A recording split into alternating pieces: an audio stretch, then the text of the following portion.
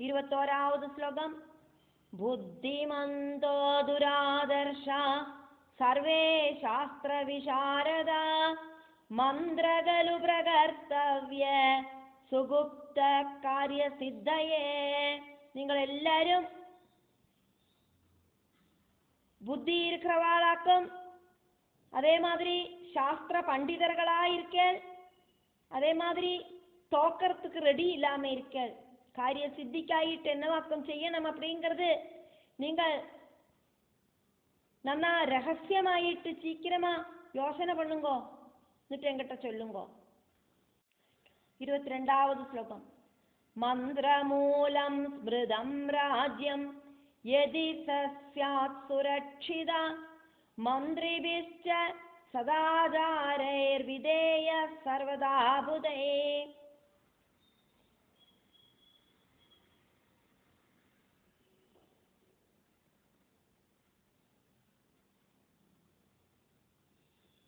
நல்ல அறிவு இருக்கிற மந்திரிகள் எல்லாருமா கூடி ஆலோசனை பண்ணி ராஜ்ய காரியங்கள் நிர்வகிக்கிற ராஜ்யமாக்கும் சுரட்சிதமாயிட்டு இருக்கும் அப்படின்னு சொல்லப்படுறது.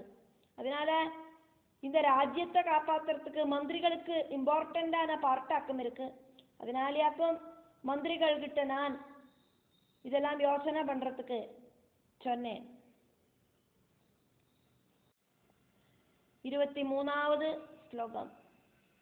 മന്ത്രഭേദേ വിനാശസ്യാദ് രാജ്യസ്യ ഭൂപതേ സദാ തസ്മാദ് ഭേദഭയാദ് ഗുപ്ത കർത്തവ്യോ ഭൂതിമിച്ഛതാ. പല விஷயங்களை யோசனை பண்றதுக்கு மந்திரிமார்களுக்கு எபிலிட்டி இருக்கு. பேதபுதி உண்டானா அந்த ராஜ்யமும்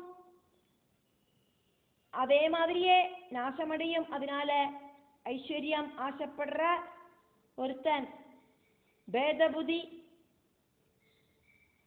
இல்லாதக்கு, பேத புத்தி அப்படிங்கிறது துவைத பாவம் அப்படிங்கிறது இல்லாம ரொம்ப டீப்பாயிட்டு காரிய விசாரம் செய்யணும். இப்படி ஆகுமா அப்படி ஆகுமா அப்படிங்கிற குழப்பம் ஒன்றும் இருக்கப்படாது அப்படின்னு அர்த்தம். இங்க பேத புத்தி இல்லாம அப்படின்னு சொன்னதுக்கு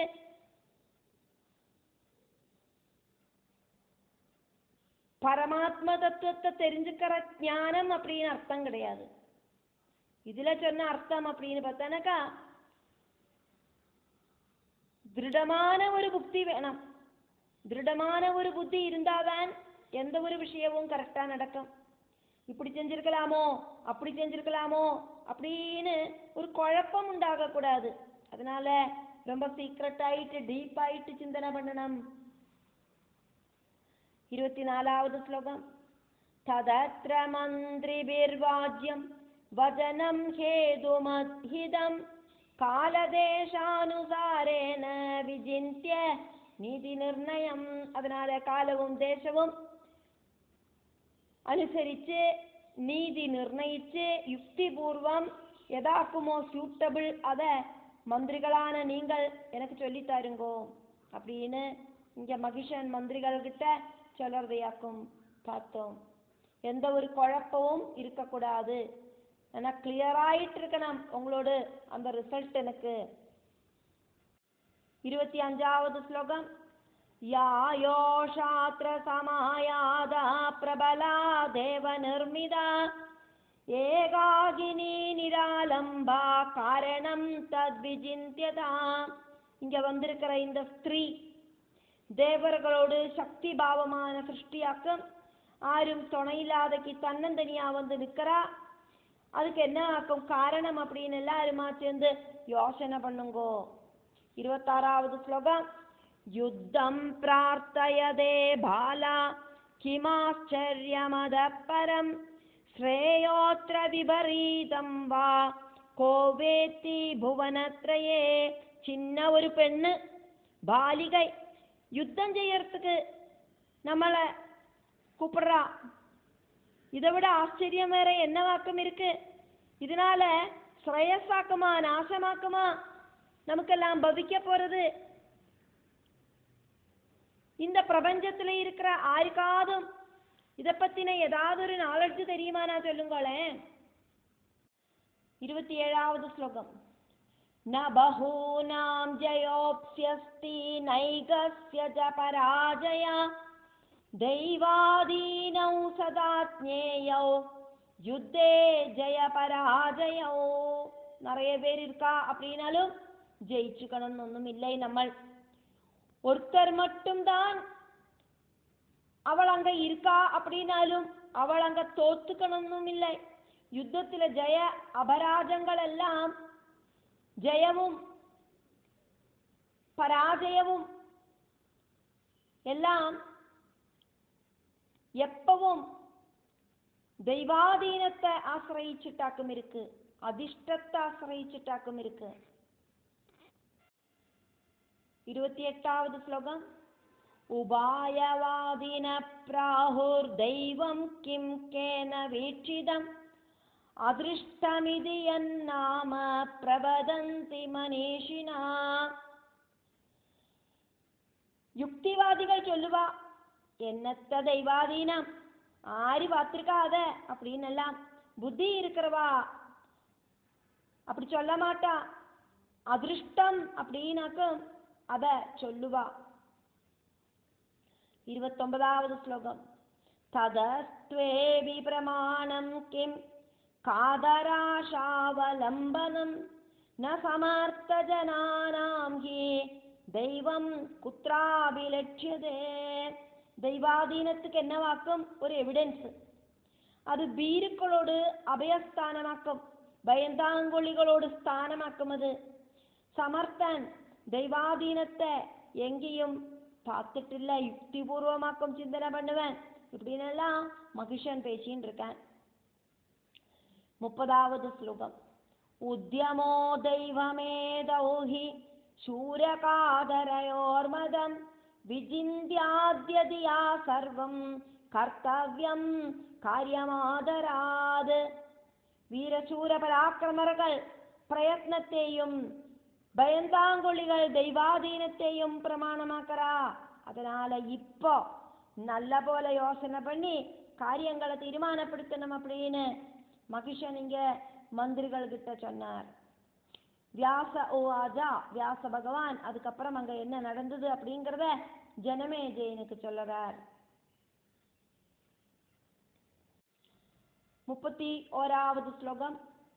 இதிராஜ்ஞோ வஜ ஸ்ருத்வா ஹேதுகர்பம் மகாயஷா பிடாலாக்யோ மகாராஜ மித்யுவாஜ கிருதாஞ்சலி. ராஜாவோட யுக்திபூர்வமான இந்த வாக்குகளை கேட்டோன்னே ஃபேமஸா இருக்கிற பிடாலன் அப்படின்னு பேர் இருக்கிற மந்திரி கைகளை கூப்பிண்டு ராஜா கிட்ட இப்படி சொன்னான். 32வது ஸ்லோகம். ராஜன்னேஷா விஷாலாட்சி ஞாதவ்யா யத்னத புனா கிமர்த்தமிஹ சம்பிராப்தா குத கஸ்ய பரிக்ரஹா. மகிஷராஜாவே, அழகாயிருக்கிற அந்த அழகிய வேண்ட போல புரிஞ்சுக்கிறதுக்கு முயற்சி பண்ணணும். என்னத்துக்காக்கும் அவள் இங்க வந்திருக்கா, எங்கேந்தாக்கும் வந்திருக்கா, அவள் ஆரோடு மனைவியாக்கும், ஆரோடு புத்திரியாக்கும், ஆரோடு சகோதரியாக்கும், இதெல்லாம் நம்ம தெரிஞ்சுக்கணும். 33வது ஸ்லோகம். மரணம் தே பரிஜ்ஞாய ஸ்திரியா சர்வாத்மனாசுரே பிரேஷிதா பத்மபத்ராட்சி சமுத்பாத்ய சுதேஜசா. ஒரு ஸ்திரீயாலதான் உங்களுக்கு மரணம் சம்பவிக்கும் அப்படின்னு ஒரு வரம் இருக்கே, அதை தெரிஞ்ச தேவர்கள் ஒரு சேர அவளோடு தேஜஸால சிருஷ்டிச்சவளாக்கும் அந்த தாமர கண்ணு இருக்கிற அழகி. உண்மையத்தான் அவன் சொல்லியிருக்கான். 34வது ஸ்லோகம். தேபி சன்னாஸ்திதாகேத்ர சர்வே யுத்த தித்ருச்சவா സമയേസ്യാ സഹായാസ്തേ ഭവിഷ്യന്തി യുയുത്സവ. യുദ്ധം പാക്കறதுக்கு ஆசைப்பட்டு தேவர்கள் எல்லாம் வானத்துல ஒளிஞ்சு நின்றுப்பா. கரெக்டான டைம்ல அவ யுத்த சன்னாகத்தோடு கூடிட்டு அவளை ஹெல்ப் பண்றதுக்கு வரவும் செய்வா. 35வது ஸ்லோகம். புரத காமினீம் கிருத்வா தேவை விஷ்ணு புரோகமாஹ வதிஷ்யந்தி ஜனः சர்வான் சா த்வாம் யுத்தே ஹனிஷ்யதே. விஷ்ணு தொடங்கின தேவர்கள் அந்த அழகிய முன்னால நிப்பாட்டிட்டு யுத்தத்துக்கு ரெடியாகிறா. அவ உங்களையும் எங்களையும் எல்லாம் கொன்னுடுவா அப்படின்னு பிடாலன் அப்படிங்கிற மந்திரி மகிஷன் கிட்ட சொல்லறதையாக்கும் நம்ம பார்க்கிறோம். 36வது ஸ்லோகம். ஏதச்சிகீர்ஷிதம் தேஷாம் மயா ஞாதம் நராதிப பவிதவ்யஸ்ய ந ஞானம் வர்த்ததே மம சர்வதா. ராஜாவே, இதாக்கும் அவா செய்யறதுக்கு ஆசைப்படுறா அப்படின்னு நான் நினைக்கிறேன். இது என்னோட ஒப்பீனியன் ஆக்கம். என்ன சம்பவிக்கும் அப்படின்னு சொல்லறதுக்கான ஒரு நாலெட்ஜ் ஒரு வகையிலையும் எனக்கு இல்லை. கரெக்டா ஒன்றும் என்னால் சொல்லறதுக்கு சாதிக்காது. எல்லாம் என்னோட தோமலாக்கும். நான் இப்போ உங்ககிட்ட சொன்னேன். 37வது ஸ்லோகம்.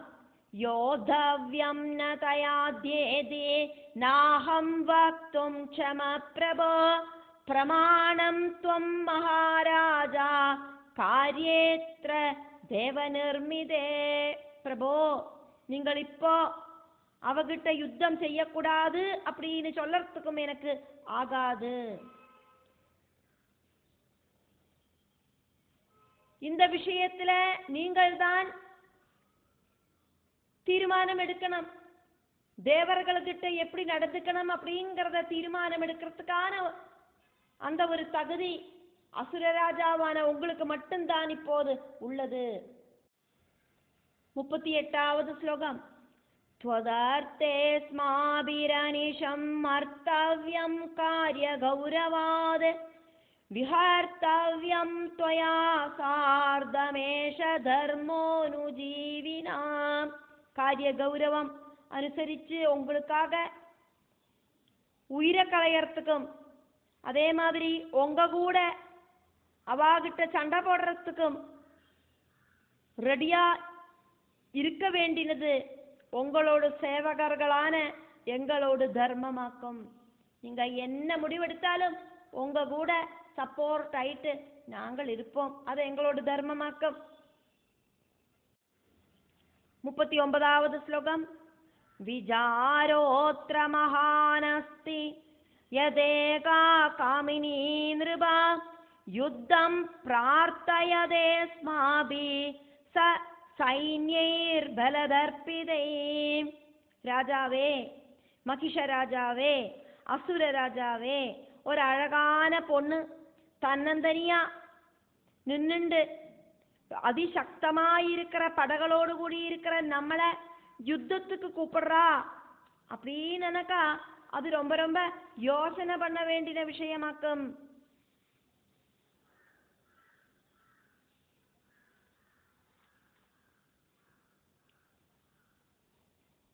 பிடாலன் அப்படிங்கிற மந்திரி இத்திரையும் அக்கம் சொன்னது. அதுக்கப்புறமா